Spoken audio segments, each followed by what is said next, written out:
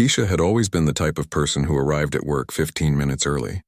Not because she was trying to impress anyone, but because she genuinely loved what she did. For 3 years, she had been working at Horizon Marketing Solutions, a mid-sized company in downtown Atlanta that helped businesses grow their brand presence. Her desk sat in the middle of the open office floor, surrounded by the usual buzz of phone calls, keyboard clicking, and coffee machine conversations. She had earned her spot as a senior marketing analyst through hard work and some pretty impressive results. Just last year, she had saved 2 major clients from jumping ship to competitors, bringing in over $2 million in revenue for the company. Her strategies were solid, her presentations were always on point, and her clients trusted her completely. But despite all of this, Keisha often felt like she was watching the office social scene from behind glass. There were lunch invitations that never came her way, happy hour gatherings she somehow never heard about until Monday morning, and important client meetings where she mysteriously wasn't included, even when the projects were hers. At first, she told herself it was just coincidence. Maybe she had missed the email about the lunch plans. Maybe the meeting time had changed and nobody thought to update her. But as months went by, the pattern became harder to ignore. The worst part was the comments. They came disguised as jokes or casual observations, but they stung all the same. Troy, who worked in sales and seemed to consider himself the office comedian, had a particular talent for these moments. He would make remarks about whether certain clients would connect with her, or suggest that maybe she should try to be more relatable during presentations. When she wore her natural hair in an elegant updo, he would comment on how bold her choices were. When she straightened it, he would mention how much more professional she looked. Keisha had learned to keep her reactions neutral. She would smile politely, change the subject, or simply focus on her work. But inside, each comment felt like a small paper cut. One might not hurt much, but dozens of them over months started to really sting. The office dynamics became even more obvious during team celebrations. When Troy's sales team landed a big account, there would be loud cheering, high fives all around, and often some kind of impromptu party right there in the office. These celebrations seemed to happen right near Keisha's workspace, as if the universe was determined to remind her that she was always on the outside looking in. Her immediate supervisor, Linda, was nice enough but seemed completely oblivious to the undercurrents in the office. During their monthly one-on-one meetings, Linda would praise Keisha's work and talk about future opportunities. But somehow those opportunities never quite materialized. Promotions went to people with less experience, and the most exciting projects ended up on other people's desks. Keisha started paying closer attention to how decisions were made. She noticed that a lot of the real business discussions happened during those casual gatherings she wasn't invited to. The lunch meetings, the after-work drinks, the weekend golf games that Troy was always organizing. Important client strategies were being shaped in conversations she never got to be part of. She also started noticing the salary differences. During a casual conversation with Jessica from accounting, she learned that the guy who had been hired 6 months after her was making $15,000 more per year. When she brought this up with Linda during their next review, she was told that salary discussions were confidential and that she should focus on her own performance rather than comparing herself to others. But Keisha was smart, and she was starting to connect the dots. She began keeping better records of her achievements, documenting her contributions to major projects and paying attention to who got credit for what during team meetings. She started noticing how often her ideas would be overlooked when she presented them, only to be enthusiastically received when Troy or one of his friends would suggest the same thing weeks later. The breaking point almost came during the company's annual review cycle.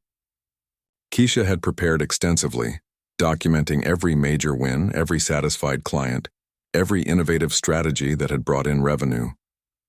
She felt confident walking into that meeting with Linda and the regional director. The feedback was positive. They acknowledged her strong performance and valuable contributions. But when it came to the promotion she had been working toward, she was told that they felt she needed to work on her leadership presence and team collaboration skills. Meanwhile, Chad from Troy's team, who had been with the company for only 18 months, was promoted to senior account manager. That night, Keisha sat in her apartment reviewing the feedback forms and trying to understand what leadership presence really meant. She had led successful projects, managed difficult clients, and consistently delivered results. But somehow she was still missing something that Chad apparently had in abundance. The next morning, she decided to have a conversation with her mentor, Patricia, who worked at a different company, but had been in the marketing industry for over 20 years. Patricia listened carefully as Keisha described the patterns she had been noticing, the comments, the exclusions, and the review feedback. Patricia was quiet for a long moment before she spoke. "Honey," she said, "what you're describing isn't about your performance or your leadership skills. You're dealing with something much bigger, and you need to start documenting everything." That conversation changed everything for Keisha. She started keeping detailed records of every interaction, every meeting, every comment. She began saving emails and taking screenshots of important conversations. She also started researching her legal rights and looking into employment attorneys who specialized in workplace discrimination cases. She learned about patterns of exclusion, about how bias can be subtle but systematic, and about the importance of building a strong case with concrete evidence. She also learned that she wasn't alone. There were other women and minorities in similar situations at companies across the country, fighting the same battles and facing the same challenges. But Keisha was determined to be strategic about whatever came next. She wasn't going to let emotion drive her decisions. She was going to be smart, methodical, and prepared, because she had learned something important over the past few months. Sometimes the most powerful response to unfair treatment isn't immediate confrontation. Sometimes it's patience, preparation, and choosing exactly the right moment to act. Little did she know that moment was coming much sooner than she expected. Friday afternoon had started like any other day at Horizon Marketing Solutions. Keisha was focused on finishing her quarterly report, the one that was due first thing Monday morning. She had her headphones on, listening to some light jazz that helped her concentrate, when she noticed the commotion starting near her desk. Troy and his sales team were celebrating something big. From what she could hear through her headphones, they had just closed a major deal with a beverage company. It was the kind of account that everyone in the office had been hoping to land, worth several $100,000 in annual revenue. At first, the celebration was just loud talking and some high fives. Keisha tried to ignore it and keep working. She had learned that these moments usually passed quickly, and she really needed to focus on her report. The data analysis was complex, and she wanted to make sure every number was perfect before Monday's presentation. But instead of quieting down, the celebration seemed to be getting louder and moving closer to her workspace. Troy and 3 of his teammates, including Chad and Mike, were now standing directly behind her chair, talking in voices that were clearly meant to be overheard. "Man, this is huge," Troy was saying. "The client loved our approach. They said we really understood their brand identity." Keisha kept typing, but she could feel their presence behind her. It was like having someone stand too close in an elevator. Uncomfortable, but not necessarily threatening. Yet. "You know what this calls for?" Chad announced loudly. "A real celebration. Not just talking about it, but actually doing something fun." Keisha glanced around the office and noticed that several other people had stopped working to watch what was happening. Linda was in a meeting in her office with the door closed. The regional director had left early for a weekend trip. Most of the senior management was either gone or busy. "Hey, Keisha," Troy said, and she could hear the fake friendly tone in his voice. "You should celebrate with us. After all, we're all one big team here, right?" She pulled off her headphones and turned around in her chair. "Congratulations on the account," she said politely. "That's really great news for the company." "See, that's what I'm talking about," Troy continued. "Team spirit. We should all be celebrating together." He was holding a can of Coca-Cola, one of several that someone had apparently grabbed from the office kitchen. "In fact, I think everyone should have a drink to celebrate." Something in his tone made Keisha uneasy. There was an edge to it that she had learned to recognize over the past few months. It was the same tone he used right before making one of his comments about her hair or her clothes, or whether she was really fitting in with the company culture. "Thanks. But I'm good," she said, turning back to her computer. "I really need to finish this report." But Troy didn't move away. Instead, he came around to the side of her desk, still holding the Coca-Cola can. Chad and Mike flanked him, and she realized they were essentially surrounding her workspace. Other people in the office were definitely watching now, but nobody was saying anything. "Come on, Keisha," Troy said, and his voice was getting louder. Don't be so antisocial. We're trying to include you in the celebration. I appreciate that, she replied, keeping her voice calm and professional. But I really do need to focus on this report. Maybe we can celebrate on Monday when the work is done. That's when Troy started shaking the can of Coca-Cola. At first it looked like he was just fidgeting with it, but then Keisha realized he was doing it deliberately, vigorously, the kind of shaking that builds up pressure inside a carbonated drink. You know what? Troy said, and his fake friendly mask was starting to slip. I think you need to loosen up a little bit. Be more spontaneous. Show us that you can really be part of the team. Keisha's hands stopped moving on the keyboard. Every instinct she had was telling her that something bad was about to happen. She started to push her chair back from her desk, but Troy was already moving. Here's to team spirit, he announced loudly, popping the tab on the violently shaken can of Coca-Cola. The dark liquid exploded out of the can with tremendous force, spraying directly at Keisha. The cola hit her white blouse first, soaking through the fabric instantly. It splashed across her face and into her hair, the sticky sweetness dripping down her neck. Her laptop screen was hit with a wave of the dark liquid, and she watched in horror as it seeped into the keyboard and around the edges of the monitor. But worse than the damage to her equipment was what happened to her work. The quarterly report she had been working on for weeks with all her carefully organized papers spread across her desk was now soaked in Coca-Cola. Charts and graphs that had taken hours to perfect were now unreadable. Client files that she needed for Monday's presentation were dripping with sticky brown liquid. The office fell completely silent, except for the sound of cola still dripping from her hair onto her keyboard. Keisha sat there in shock, her white blouse now stained brown, feeling the sticky liquid running down her back and pooling in her chair. Troy and his friends were laughing. Not just chuckling, but full-blown laughter. Chad had his phone out and was recording the aftermath. Mike was actually clapping his hands together like he had just witnessed the funniest thing he had ever seen. Oops, Troy said, but his tone made it clear that nothing about this had been accidental. Looks like you got a little wet there, Keisha. But hey, now you're really part of the celebration, right? Other people in the office were staring, but nobody was saying anything. A few people looked uncomfortable, but most seemed to be waiting to see what would happen next. Keisha could feel their eyes on her, watching to see how she would react. The humiliation was overwhelming. She was sitting in the middle of an open office soaked in soda, with her important work ruined and her professional appearance destroyed. Her carefully styled hair was now sticky and dripping. Her blouse, which she had dry cleaned just yesterday, was probably permanently stained. But underneath the shock and humiliation, something else was happening in Keisha's mind. The weeks of documentation and preparation were kicking in. The conversations with her mentor about being strategic rather than emotional were guiding her response. She realized that this moment, as terrible as it was, might actually be exactly what she needed. Troy was still standing there with the empty Coca-Cola can, looking pleased with himself. Don't look so serious, he said. It's just a little soda. No big deal, right? Accidents happen, but Keisha knew this was no accident. And more importantly, she was pretty sure she could prove it. Because 3 weeks ago, acting on her mentor's advice, she had started keeping her phone positioned in her desk organizer with the camera app ready to record. And unless she was very much mistaken, the entire incident had just been captured on video. She stood up slowly, cola still dripping from her clothes, and looked directly at Troy. Her voice was calm and steady when she spoke. You're absolutely right, she said. Accidents do happen. But this wasn't an accident, was it, Troy? The laughter stopped. The silence in the office was deafening. Keisha stood there, cola still dripping from her hair and clothes, looking directly at Troy. His cocky expression was starting to fade as he realized that her reaction wasn't what he had expected.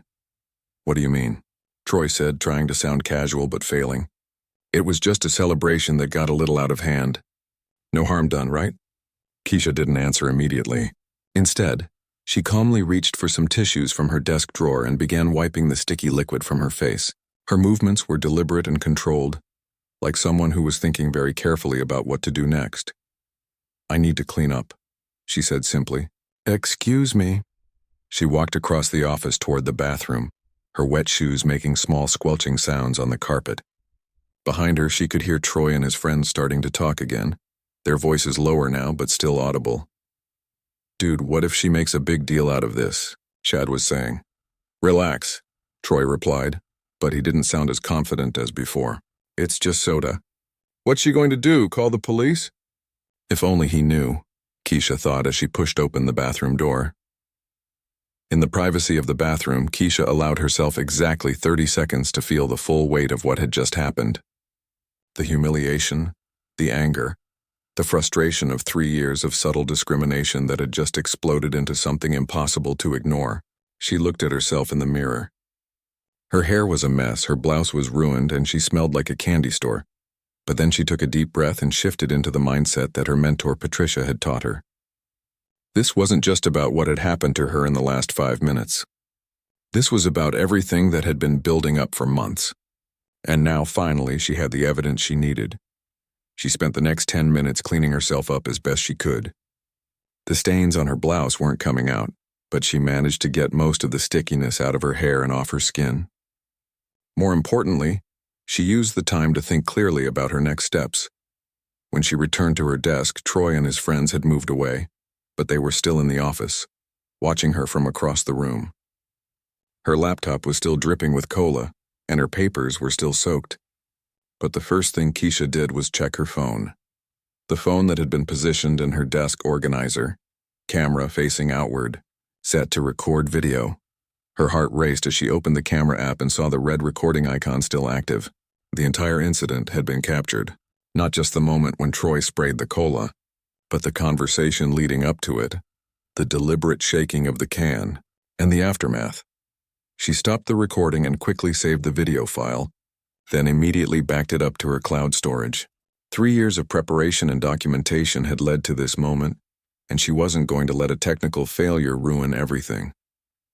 Next, she discreetly took photos of her destroyed workspace. The soaked papers, the damaged laptop, her stained clothes, every piece of evidence that could support what had just happened. But the video was the key. Watching it back with the sound off, she could see clearly that this had been no accident. The deliberate shaking of the can, the positioning around her desk, the laughter afterward. No jury in the world would see this as anything other than deliberate humiliation. Keisha opened her laptop, praying that the cola hadn't completely destroyed it. The screen flickered and some keys were sticking, but it was still functional.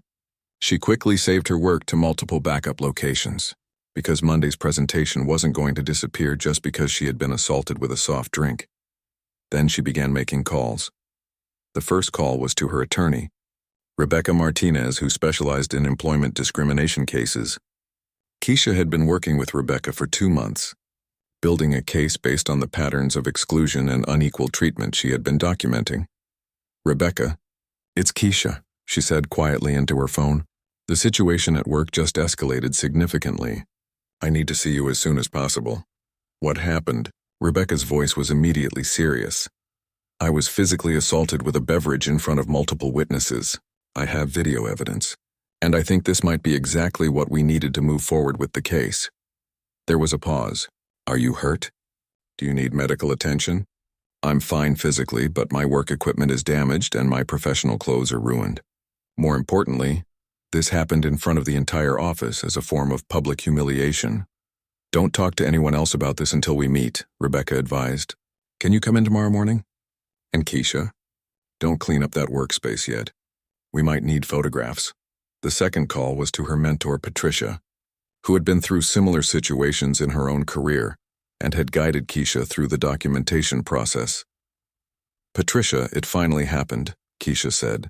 The incident we've been preparing for. I have everything on video. How are you feeling? Patricia asked immediately. Are you okay? I'm angry, but I'm also strangely calm. All those weeks of preparation are paying off. I know exactly what I need to do. Good girl. Stay strategic, stay professional, and document everything. This could be the turn-in point you've been working toward. The third call was the most important one and also the most risky. Keisha had done her research and knew that the beverage company that Troy's team had just signed was very vocal about their commitment to diversity and inclusion. Their CEO had given speeches about creating respectful workplaces, and their marketing campaigns emphasized treating all people with dignity. She called their corporate offices and asked to speak with someone in their diversity and inclusion Department, this is Keisha Johnson, she said when she was finally connected to the right person. I'm calling about your new marketing contract with Horizon Marketing Solutions. I'm an employee there, and I think there's something you need to know about the company culture and how your brand might be represented. The conversation was brief, but effective. The diversity officer was very interested in hearing more and asked Keisha to send a detailed email with any documentation she had. Meanwhile, back in the office, Troy and his friends were starting to realize that Keisha's reaction wasn't what they had expected. Instead of crying or getting angry or making a scene, she was calmly making phone calls and taking notes. Her professional demeanor was somehow more unsettling than tears would have been. Maybe we should apologize, Mike suggested quietly. Just to smooth things over. For what? Troy replied, but his voice lacked its usual confidence. We were just celebrating. She's the one making it weird. But Chad was looking worried. Dude, she's been on the phone for like 20 minutes, and she keeps taking pictures of her desk. What if she really is planning to make trouble? Linda finally emerged from her meeting and immediately noticed the tension in the office. She walked over to Keisha's desk and saw the damage. Keisha, what happened here? She asked, looking at the soaked papers and sticky laptop. There was an incident during the sales team's celebration, Keisha replied calmly. Troy sprayed a can of cola at me and destroyed my work materials. I'm documenting the damage for insurance purposes. Linda looked around the office and noticed that everyone was watching this conversation. I think we should discuss this privately, she said. Can you come to my office? Of course, Keisha agreed. But I should mention that I've already contacted my attorney about this incident. I want to make sure we handle everything properly. The word attorney hit the office like a lightning bolt. Conversations stopped mid-sentence. People who had been pretending not to listen suddenly found urgent work to do at their desks. Troy's face went pale. This wasn't turning out anything like he had planned.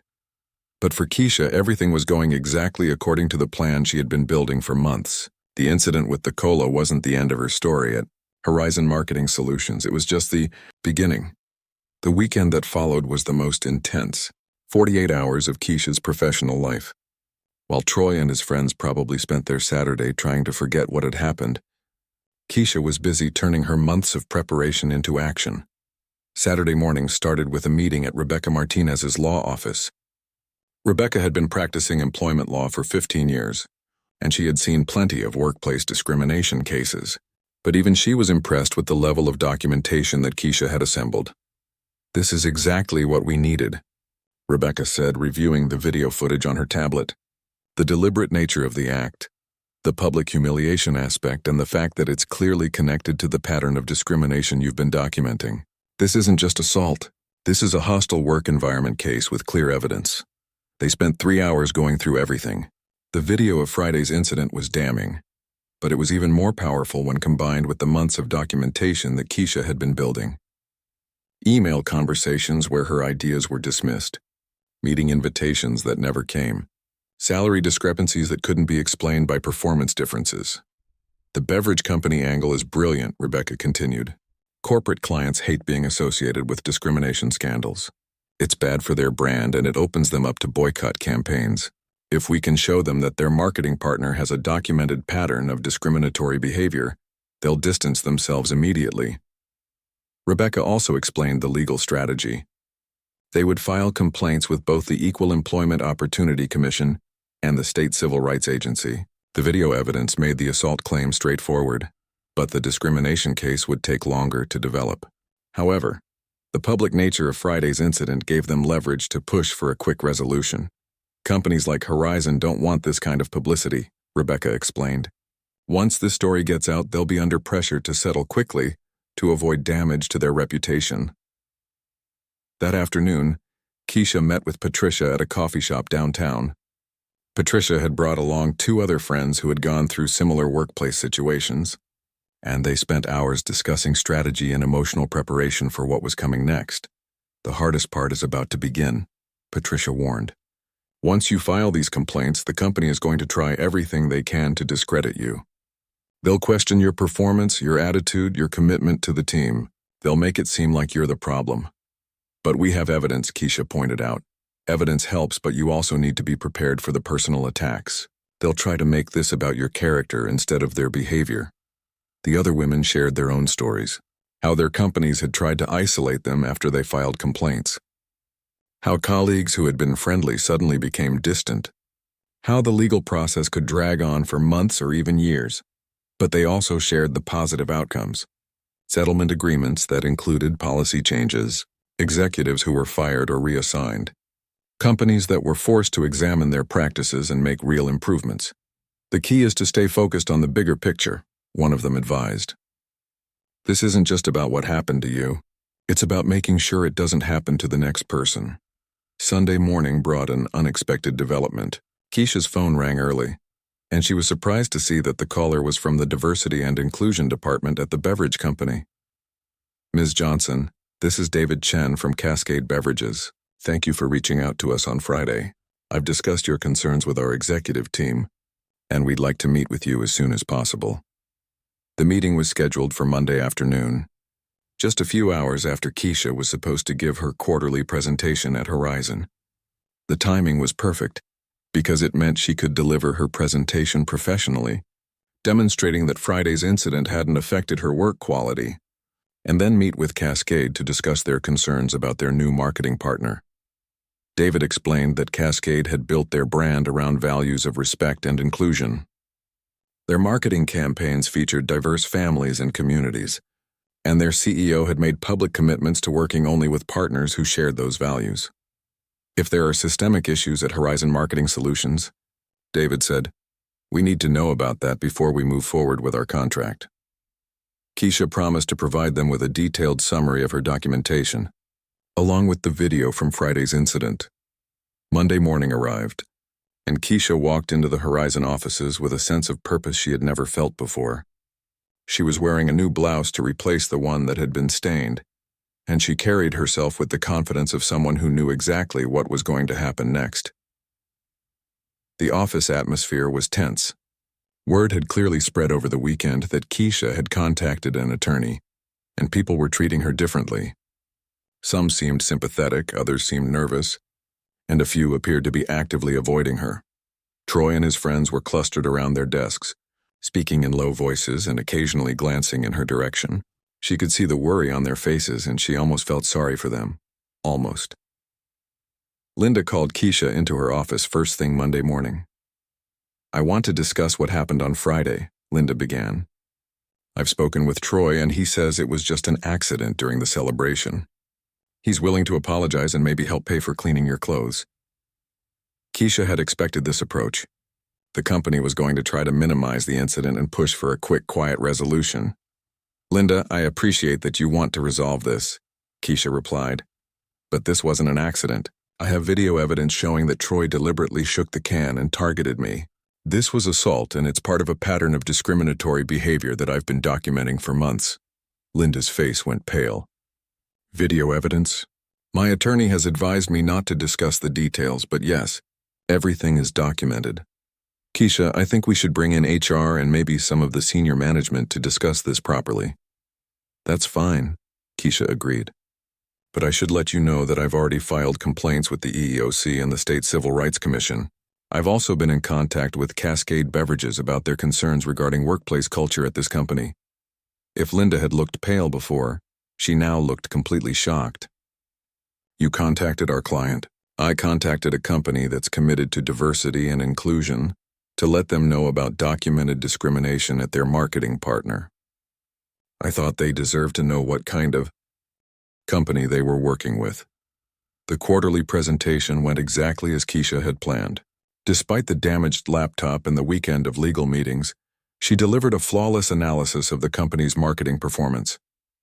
Her recommendations were solid, her data was comprehensive, and her presentation skills were as professional as always. Several executives commented on the quality of her work, which was perfect for her purposes.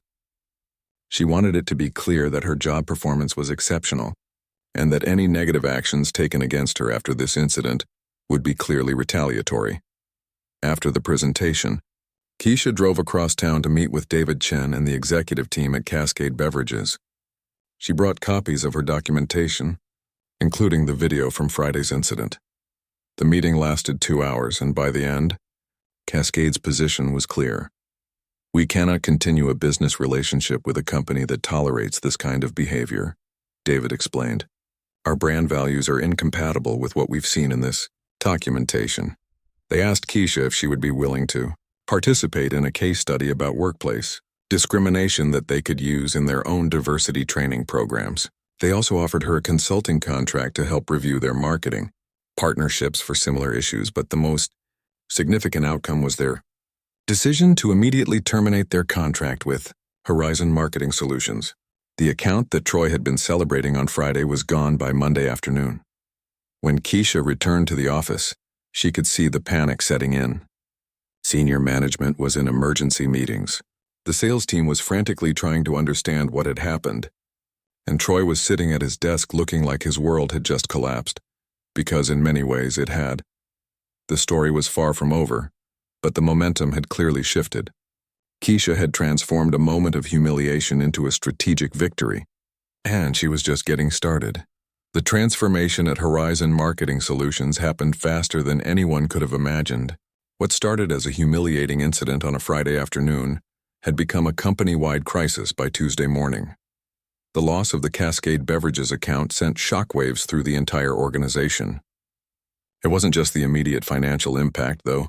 Losing a six-figure annual contract certainly hurt. It was the reason behind the loss that terrified the executives. Word spread quickly through the industry that Cascade had terminated their relationship due to discrimination concerns, and other clients started asking questions. By Wednesday, Keisha's phone was ringing constantly. Local news stations wanted to interview her about workplace discrimination. Employment attorneys were calling to offer support. And most surprisingly, other employees from Horizon were reaching out to share their own stories of unfair treatment. Rebecca Martinez was handling the legal strategy brilliantly. The EEOC complaint was moving forward quickly because the video evidence made the assault claim undeniable, but she was also building a broader case that went far beyond Friday's incident. "We've got them on multiple fronts," Rebecca explained during their Wednesday meeting. "The assault is clear-cut.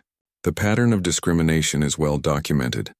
And now we have evidence of retaliation because they're trying to isolate you and blame you for the client loss."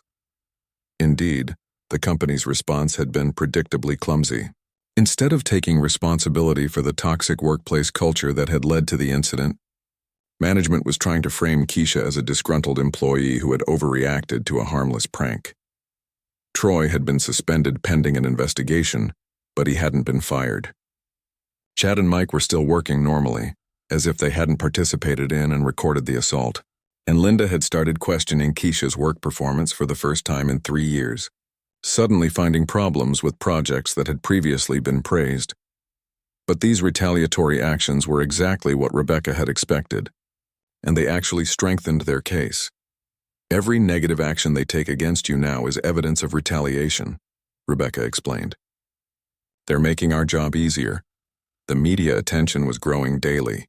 The story had everything that journalists loved: clear video evidence, a sympathetic victim, obvious villains, and a corporate culture story that resonated with current national conversations about workplace equality. The local news interview aired on Thursday night, and Keisha handled it perfectly. She was calm, professional, and focused on the broader issues rather than personal grievances. "This isn't really about me," she said during the interview.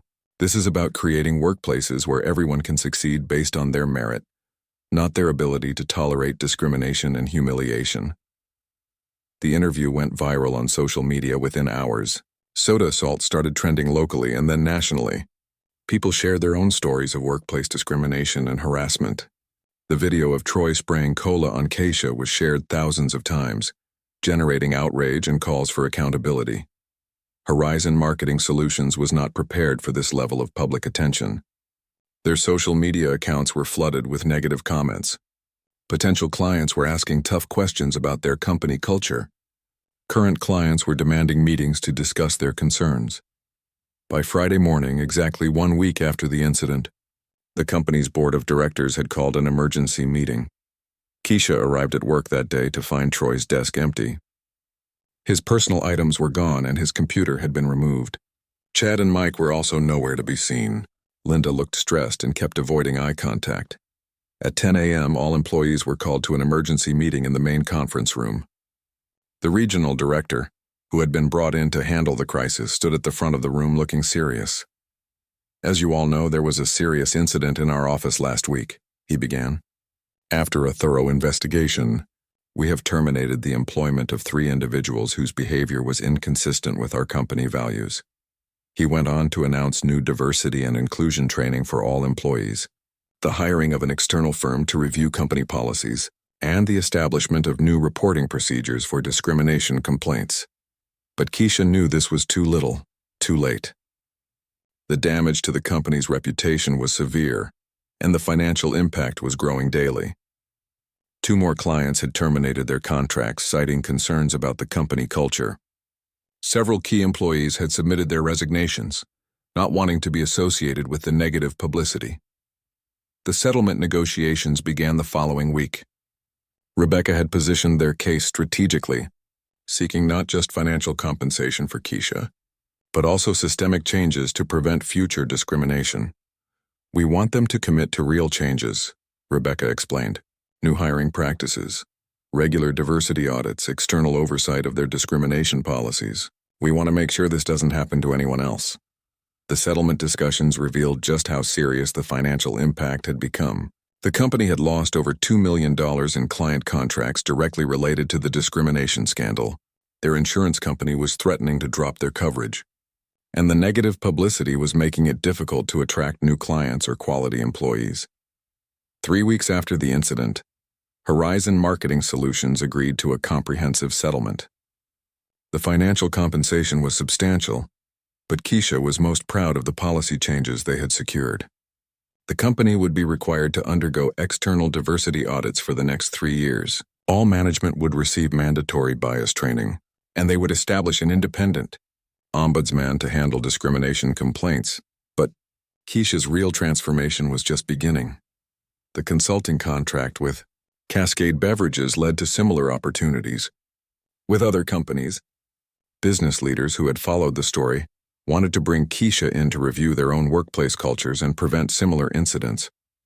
Within 6 months, she had launched KJ Consulting, specializing in diversity and inclusion strategies for marketing and advertising companies. Her unique perspective as someone who had both experienced discrimination and successfully fought back against it made her incredibly effective at helping companies identify and address problematic behaviors. The speaking engagements started pouring in. Conferences, corporate training sessions, university programs. Keisha found herself sharing her story and the lessons she had learned with audiences across the country. "The most important thing I learned," she would tell these audiences, "is that documentation and preparation are more powerful than anger. When discrimination happens, your first instinct might be to fight back emotionally, but if you want to create real change, you need to be strategic." A year after the incident, Keisha received an unexpected phone call. It was from Troy. "I know you probably don't want to hear from me," he said, "but I wanted to apologize. Really apologize, not just because I got fired or because of the legal stuff. I've been in therapy trying to understand why I thought that behavior was okay, and I realize now how much damage I caused, not just to you, but to everyone who had to work in that environment." Keisha listened carefully. She could hear genuine remorse in his voice, which was more than she had expected. "I appreciate you calling," she said finally. "And I hope you've learned from this experience. But more than that, I hope you'll use what you've learned to speak up when you see this kind of behavior in the future." "I will," Troy promised. "I know I can't undo what I did, but maybe I can prevent it from happening to someone else." It was the kind of conversation that Keisha never could have imagined having a year earlier. But it was also evidence of the broader change that had resulted from her decision to fight back strategically, rather than just emotionally. The incident that was meant to humiliate her had instead become the catalyst for the career she had always wanted. She was no longer just succeeding despite discrimination. She was actively working to eliminate it, and every day, her phone rang with calls from other employees who had seen her story and wanted to know how they could document and address discrimination in their own workplaces. The cola stains had long since been cleaned from her. Clothes and her laptop had been replaced, but the impact of that Friday afternoon continued to ripple outward, creating positive change in workplaces across the country. Sometimes, Keisha reflected. The most powerful response to an attempt to humiliate you is to transform that moment into something bigger than the people who tried to tear you down ever imagined possible. That transformation had made all the difference.